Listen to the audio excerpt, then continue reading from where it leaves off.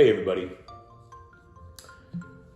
Well, first and foremost, thank you very much, Russell. This was a wonderful, wonderful gift.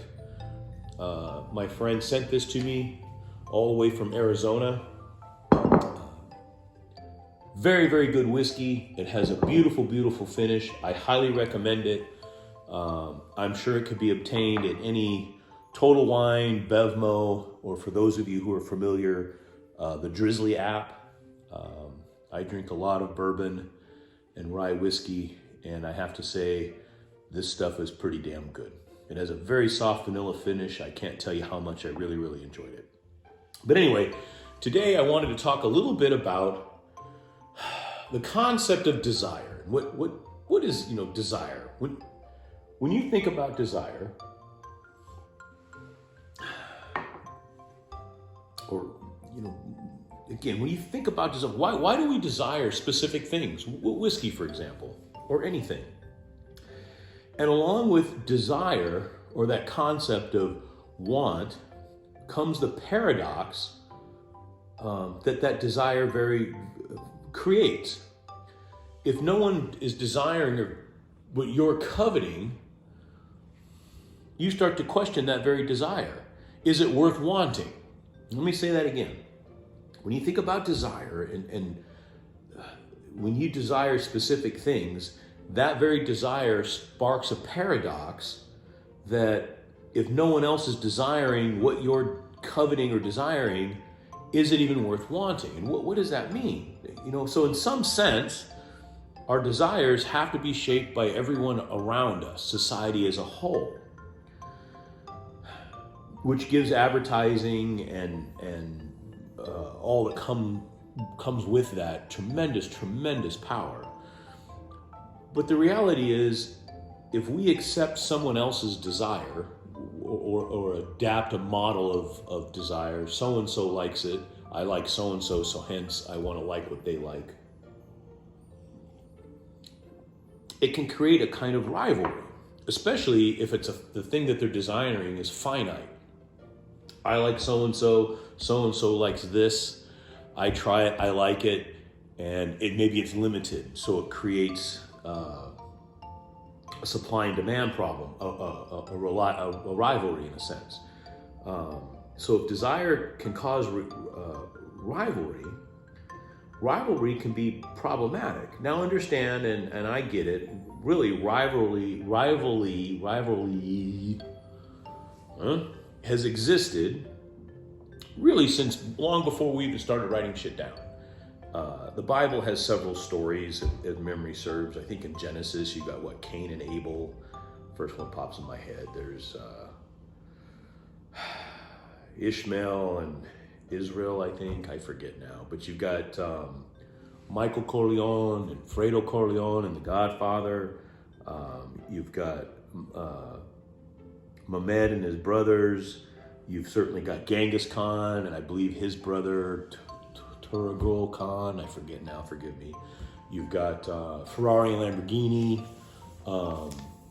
And the list goes on and on, although the Ferrari and Lamborghini are brothers. But and I don't think rivalry on its face is a bad thing, because lots of incredible things come from a healthy rivalry. Whiskey. Bill and Steve Gates, the very thing that I'm recording this on is thanks to a healthy rivalry. Lucas and Spielberg, De Palma and Scorsese, they changed the face of movie making and how we look at entertainment because of a healthy, friendly rivalry. But when rivalry becomes envy can lead to misery. And I think you never want to tether your success or desires to someone else's failure, which is when rivalry goes too far. It happens a lot in sales. I'm around a number of people that in order for them to win, it's not enough for them to win that their opponent or adversary, if you will, has to lose. It's a scorched earth mentality. It's not enough to win, that the other person has to lose for you to feel satisfaction.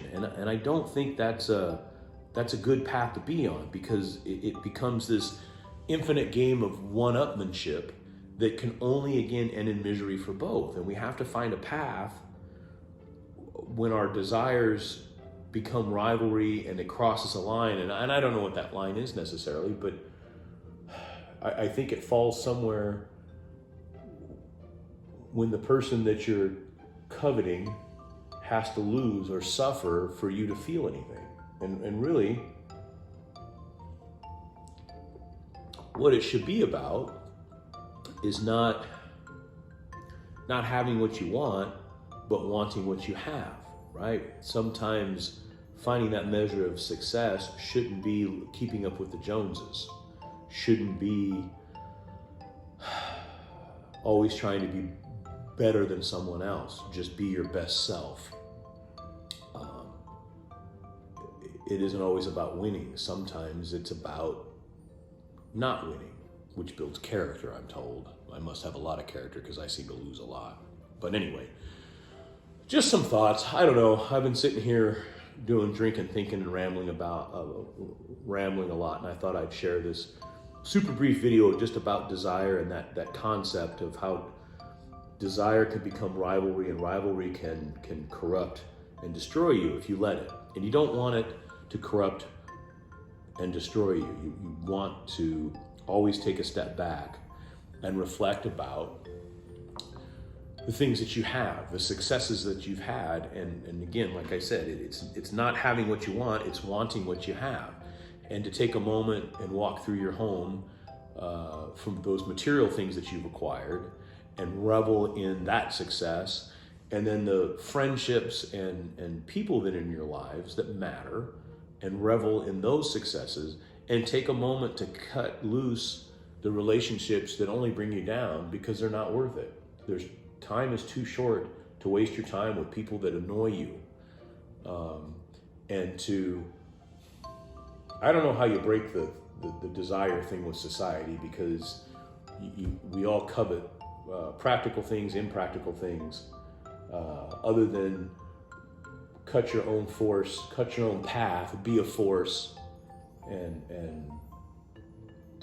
I don't know, be less concerned about others and more concerned about yourself, which really sounds selfish, but I think if you keep your own lawn clean, the neighborhood improves before you start picking apart other people's lawns. I don't know if that makes any sense, but anyway, I'm not really sure where I was going with this, but just think about, when you're thinking about desire, where that desire comes from. Again, that paradox of, if you desired it, did you really desire it first, or is it because everyone else did and therefore it must be worth desiring and you desire it?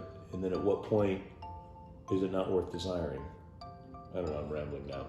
Anyway, in this world, when you could be anything you want, you be kind, you be humble, you be forgiving, and you be melting snow. Bye-bye.